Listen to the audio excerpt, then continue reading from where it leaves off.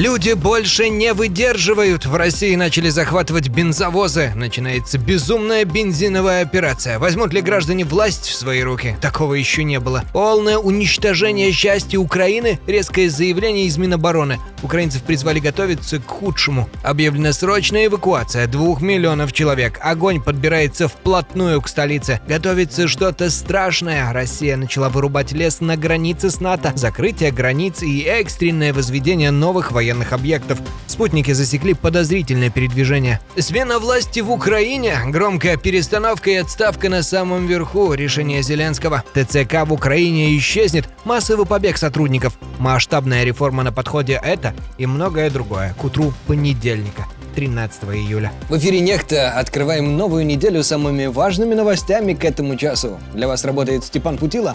Начинаем. Сотрут все на 100 километров, и предупреждение это не из Кремля, а от своих. Советник министра обороны Украины с позывным «Флэш» прямо заявил, готовиться надо к худшему. Надо готовиться к тому, что они будут атаковать все. АЗС, почтовое отделение, склады, предприятия, база строительной и сельскохозтехники, железную дорогу, автодороги, электроподстанции не только большой мощности. То есть все, до чего дотянутся дроны и ракеты. А это на минуточку не глушь. В 100-километровой зоне Харьков, Запорожье, Сумы, Херсон, часть Днепра, где живут миллионы. Мало того, в Раде предупреждают, осенью, после российских выборов, Москва может сговориться с Минском и открыть новый фронт на Черниговщине. Эта угроза может быть после выборов в Российской Федерации. И вот тогда сил на все направления может уже не хватить. У Путина осталось окно возможностей до сентября, после чего ему придется резко повышать ставки, сообщает издание The Independent. В России, кажется, уже началось. Народ берет дело в свои руки. Стартует великая специальная безумно-бензиновая операция. Начался захват бензовозов. Здесь взяли машину, перекрыли топливную, чтобы людям заправили бензин. И они начинают тут забастовку делать. Для спецтехники привезли топливо, а люди уже неделю не могут заправиться. Народ возмущен, топливо, мол, только чиновникам да силовикам, а городу шиш. А в Госдуме уже пригрозили захватчикам уголовкой. Сливать бензин, как в безумном Максе, не дадут. Люди все на взводе, дерутся. На заправке произошла драка. Мужики друг другу били ебало. Приехала Росгвардия, все оцепила. Дефицит накрыл 78 из 83 регионов. Такого, по данным Института изучения войны, еще не было. Цены за год скакнули на 20%. Следом дорожают еда и хлеб. Я считаю, что президент Путин – это величайший мировой лидер. Это мое личное мнение, и я имею на него право. Власти спасают как могут. Бензин выдают по четным, нечетным номерам, как на Кубе. А то и по дате рождения. Родился 12-го, держи 12 литров. На заправках уже стоит Росгвардия. То есть даже если ты отстоял свою очередь, тебя все равно развернут, и ты будешь ждать следующего дня. В Краснодарском крае к очередям приставили учителей, поить водителей чаем. А народ выкручивается кто как. Арендуют детей-инвалидов, ради очереди скупают мини-НПЗ по 8 миллионов. Экстрасенсы за 16 тысяч сулят снизить расход оберегом медвежья лапка. У вас есть бензин? Обязательно. Ура! Ура! У них есть бензин, господи! Даже Wildberries и Озон отменяют заказы, возить не на чем. Мы тоже вынуждены, как и все, поднять цены на отгрузки и поставки наших клиентов. К сожалению, это было неизбежно. А стояние в очереди за бензином теперь считается уважительной причиной для того, чтобы опоздать на работу. Как говорит мой уникальный батя, живущий в Краснодаре, не надо нас пужать, мы уже пужатые. Наше поколение, знаешь, и не такое видело. В сети иронизируют над логикой Путина. Атаковали 10? Построим еще 100 мини-НПЗ. Пусть беспилотники подавятся. Чем шире сеть, тем сложнее нанести ей ущерб. Но страшнее всего в оккупированном Крыму. Свет по 2 часа, воды нет, бензин по 380-450 рублей за литр. Вчетверо дороже европейского, дороже водки, проще спится. Ребята, 380 рублей. По 380 рублей. Литр бензина дороже по цене, чем литр молока. Пляжи пустые, турпоток рухнул вдвое. Ситуация катастрофическая. Красный Крест уже завозит гуманитарку. По данным Крымэнерго, график предполагается следующий.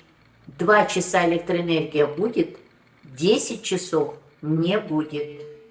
Вы знаете о том, что сегодня весь Крым в такой ситуации, это не только Алушта и Ялта. Крымчане в отчаянии пишут гауляйтеру Аксенову: «Скоро голодать будем, и так с ума сходим. Объявляйте эвакуацию, это не жизнь, а мучение». А Хлобыстин вторит: это все-таки конец света. Голод. Все предпосылки для этого имеются. Энергетический кризис, войны, природные катаклизмы, да и человечешки дозрели. А как же Гойда? Теперь каждого шороха боятся. А это то, о чем я думаю. Это что? Это, блядь, стреляют. Вот вам и 2-я армия, 4-я экономика мира, талоны на бензин, драки у колонок и гуманитарка на полуострове, которые клялись озолотить. Гойдали, да догойдались. Я заправился! Я заправился! А теперь коротко, что творится в остальном мире. В Китае из-за тайфуна Бави спешно и почти чудом эвакуировали почти 2 миллиона человек. Тонущих студентов вытаскивали на гигантских плавучих платформах по 300 человек за раз. Под казахстанской Астаной 3-й сутки не могут потушить громадный мусорный полигон. Огонь подобрался вплотную к столице. А на греческом острове Закинф военный истребитель F-16 загорелся прямо на посадочной полосе и намертво заблокировал аэропорт. Пилот, к счастью, успел выскочить, а вот туристы застряли на долгие часы. Мир бурлит, и это лишь малая часть. Смена власти в Украине. Громкая перестановка на самом верху. Зеленский объявил о смене правительства. Премьер-министр Юлия Свириденко уходит в отставку. Ей прочат пост посла Украины в США. Одном из ключевых направлений. Президент объявил это сменой всей политической стратегии страны. Под каждое важное направление свой человек. Ждут перемены и силовиков. Словом, украинская верхушка серьезно перетасовывается. А вот трещина в самом сердце путинской пропаганды. На 5-м году войны уже сами Z-блогеры в открытую пишут: солдаты гибнут, а за что толком не объяснить. Лозунг про денацификацию давно выветрился, формулы победы нет, аналогии с Великой Отечественной сами собой рассосались. Люди не понимают, за какую такую цель класть жизни, а класть их приходится все чаще и все моложе. По данным правозащитников, среди пропавших без вести стремительно растет доля совсем юных, до 25 лет. А как воюют эти мобилизованные, любуйтесь сами.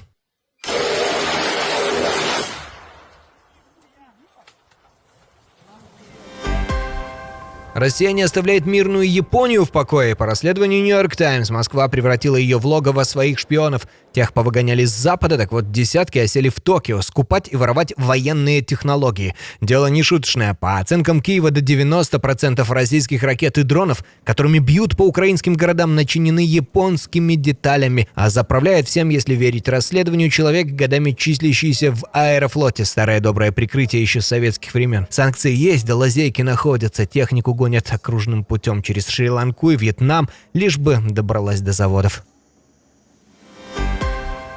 Слитые переписки Ксении Собчак уже несколько дней обсуждают в сети. Она зовет их фейком, но многое подтверждается. Внутренняя кухня ее независимых медиа приоткрыта.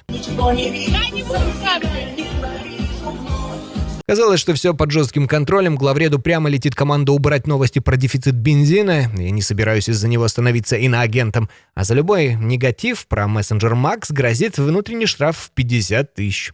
Вы можете, оставить Макс в покое? Хорошо. Я объяснять, что они главные наши рекламодатели. Дальше больше. Ее команда, если верить Сливу, отчитывается перед кремлевским куратором за то, как освещала удары дронов по Москве. Мол, осознанно показали лишь 1% видео, без дыма и прилетов. Вот вам и вся свободная журналистика, чтобы не злить Кремль и рекламодателей. Зато гулять можно. Стрельба в открытом море. Российские и китайские боевые корабли идут борт к борту, палят из орудий. Под водой крадутся подлодки, в небе кружат дроны. Это Москва и Пекин устроили у китайских берегов совместное учение с грозным названием «Морское взаимодействие».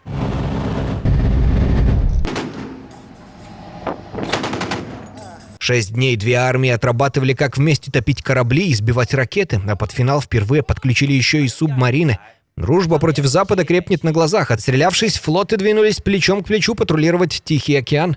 Медведь с драконом все теснее сбиваются в стаю. И это, пожалуй, самое тревожное во всей этой картинке. ТЦК исчезнет? Необычное заявление о мобилизационном органе прозвучало в Украине. Когда общаюсь с ними, они говорят, можно забрать снова на войну, потому что на войне все понятно, там враг, а тут мы уничтожаем врага. А когда мы работаем в ТЦК, мы не понимаем, кто враг. Украинский народ враг, что происходит? По словам нардепа, сотрудники ТЦК массово просятся обратно на фронт. Мол, таких почти 45%, и все уже прошли войну. Вот только звучат эти заявления как раз на фоне ежедневных скандалов вокруг мобилизации.